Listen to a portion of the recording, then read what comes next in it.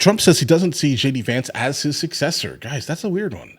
I'm gonna be honest here. Like when it comes down to like who should run and who, et cetera, I would personally like to see someone that's actually kind of still within the average working age in the United States of America. All right, we have for a long time now, unfortunately, had a lot of people that are basically about to age out. All right. So if we can have someone that's actually working, that's going to actually be here for the next, I don't know, 3 decades, so they can also, they have more of a stake in the game, if that makes any sense here. I would prefer for that to happen. I'm not trying to be super ageist here, but I'm just telling you, in my head at least, I think it's better to have someone who is going to be able to be here for the fruits of their labor, to see how everything unfolded, at least, right? Because it tells me that it's more meaningful because they also have to experience it. Just a thought here, guys. Listen, I'm the messenger of my message. But either way, let's check it out. Let's say suggestion via Discord, guys. Let's do it. President Trump refusing to say, this was pretty stunning, refused to say that his vice president is his successor. I mean, this is the person where if Trump falls down dead would be the president in that moment, right? Okay. But he is refusing to say that JD Vance would be his successor or that he would endorse him in 2028. Yeah, the video? Okay. Do you view Vice President JD Vance as your successor, the Republican nominee in 2028? Deep breath. But he's very capable. I mean, I don't think that I think you have a lot of very capable people. So far, I think he's doing a fantastic job. It's too early. We're just starting.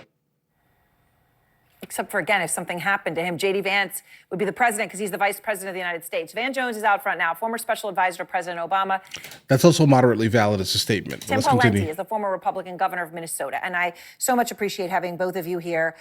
We need the wisdom and the counsel and the gravitas. So, Van, just in this moment, why do you think Trump would hesitate? I mean, I know it sounds kind of stupid what I'm saying, but it is true. If something were to happen to Trump, he has picked JD Vance to be the president of the United States in that instance. So I'm gonna be honest. What you said isn't really stupid. Like think about that for a second. If he is currently the vice president of the United States of America, but then you say that he wouldn't be a successor, I can see the moral conundrum in the statement here. I can see it, but let's continue. He should be happy to say he's his successor. Well, the Constitution says he's a successor, so by definition, right. so Trump might want at least. Fair point. But obviously, going along with the Constitution isn't his strong suit. Look, but that's Donald Trump. He likes for people to vie and contend for his affections on a daily basis. So he's never going to give anybody whose last name isn't Trump the permanent imprimatur. That's just not his style. So again, he's the king. He's not the president. You gotta remember, in his mind, he's the king, and he has a court of courtiers, and JD Vance is just another courtier. The fact that literally the lawful successor to the president is not gonna bother Donald Trump. Governor Pawlenty, I mean, who do you think Trump sees as his successor? Why would you answer a question in that way? It doesn't give confidence for those who follow Trump in the guy that he has chosen as his vice president. Well, a couple of things there. And first of all, it's tactically, I think, very smart for Trump to play it this way because a third or more of the Congress thinks they're future presidents. And if you need them to pass your legislation, work with you, you don't want to slam the door to their future aspirations, as delusional as they may be. Okay. And as somebody who ran unsuccessfully, I can... Guys, they basically just said the same thing. Speak to those kinds of things. Basically, kind of. But by the way, and then secondly, he may have other plans. And I think he's saying it's too early. We can't make an early judgment on Vance in terms of the party. Also valid. And secondly, what if he has a family member or somebody else in mind that he wants to keep in the bullpen? So there could be a lot of chess pieces on the board here that he's thinking about that we don't see. Yeah. I'm gonna be honest though, but if I was JD Vance in this very specific instance, I'd be like, bro, what did you say that for real? I don't know how to take that. I mean, you made me your vice president. At the very least, you could, you kind of give me some, give me a solid push for the future. Yeah, well, interesting. You both bring in the issue of family members. Van, this comes as, again, Trump is musing that he could go for a third term. Mm-hmm. Now, this is not the first time. It's not the second time. It's not the third time. I think it might be at least the fourth. Okay. Right? So it keeps coming up. Here's at the National Prayer Breakfast last week and in Doral. And I do that despite the fact that they say I can't run again. That's the expression, sir. Okay. And somebody said, I don't think you can. Oh. I've raised a lot of money for the next race. that I assume I can't use for myself, but I'm not 100% sure because I don't know. I think I'm not allowed to run again. I'm not sure. Am I allowed to run again? Listen, guys. He says a lot of things. All right. Now listen, I have no problem with any of the things that he's done so far in office, like at all, none. But he says a lot. He does say a lot of crazy things. He does that. But I will say though, what will instantly destroy him is if he attempted to run a third time. I'm telling you this right now. If you want to talk about, well, how about this? No. I think it would destroy him for those of us who absolutely are maybe like constitutional absolutists. Maybe let's say that, right? That would wreck him. I'm telling you right now, I wouldn't back a third term. I did no way. Like you're not going to get me online saying that I'm going to sit here and back someone running for the third time. I'm not. I refuse it, guys. I'm telling you, that's not how we run things here. All right. But there will be a lot of people who are in love with him and not so much the party, right?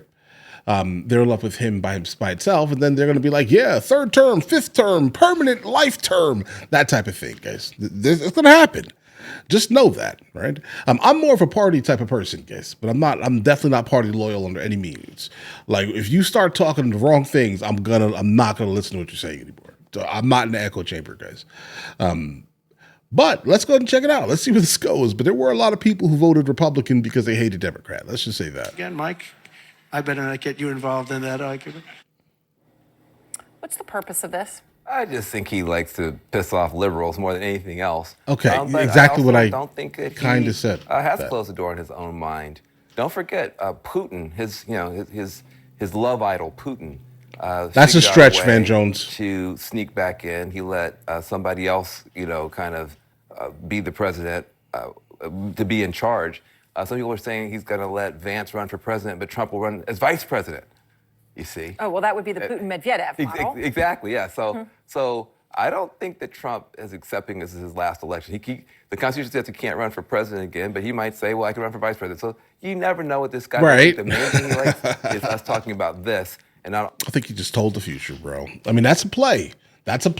Okay? I wouldn't be against that play, if that makes any sense. All the other unconstitutional, illegal, and horrible things he's doing. So can I ask you, Governor Pawlenty, Senator Ted Cruz in 2014, right? The precedent of a president of picking and choosing which laws to follow is a dangerous precedent. There's going to come another one. He said, might be a Republican, right? And that he's going to stand up to that because that is the right thing to do. It ought to concern all of us. That much power in the president is dangerous.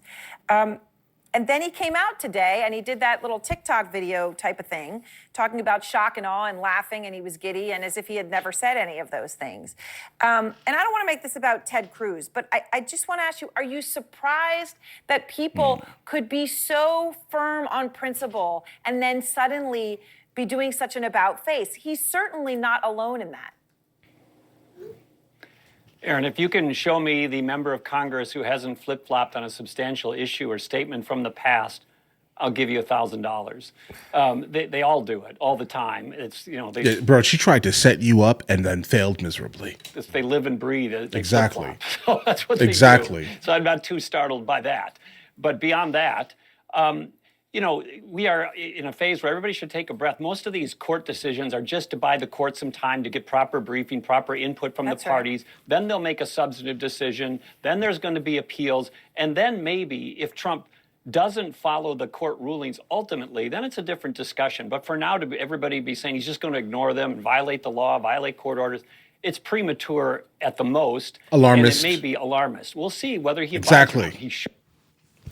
But there's a lot of due process to be in front of us before that happes. Which is absolutely a fair point. I do wonder, though, Van, if no one were saying anything about it, right, as if it weren't happening, right? And, just to challenge what the governor just said, understanding his point, that we have a long way to go in the court process.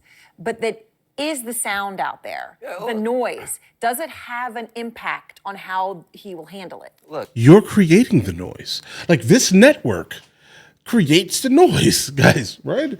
The mainstream media are the ones who create the noise.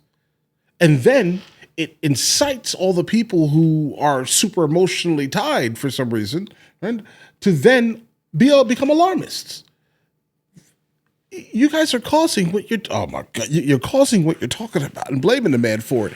Make up your mind, guys. I mean, the body language is, I'm not going to respect the courts. I mean, when you have JD Vance and you have Elon Musk saying what they're saying, the body language is alarming. Now, whether he's actually going to follow through with disobeying court orders and putting us in a real constitutional crisis, that we don't know. Yep. But it would be nicer if the vice president said, of course we respect the judicial branch. Of course we want to hear from the judges, and we will cooperate. That is not what the vice president's saying, and that's why people are concerned. All right, Van, Governor, I appreciate both of you as always. Guys, Trump, this was actually like a semi-solid debate. I mean, we're getting a little bit of information here.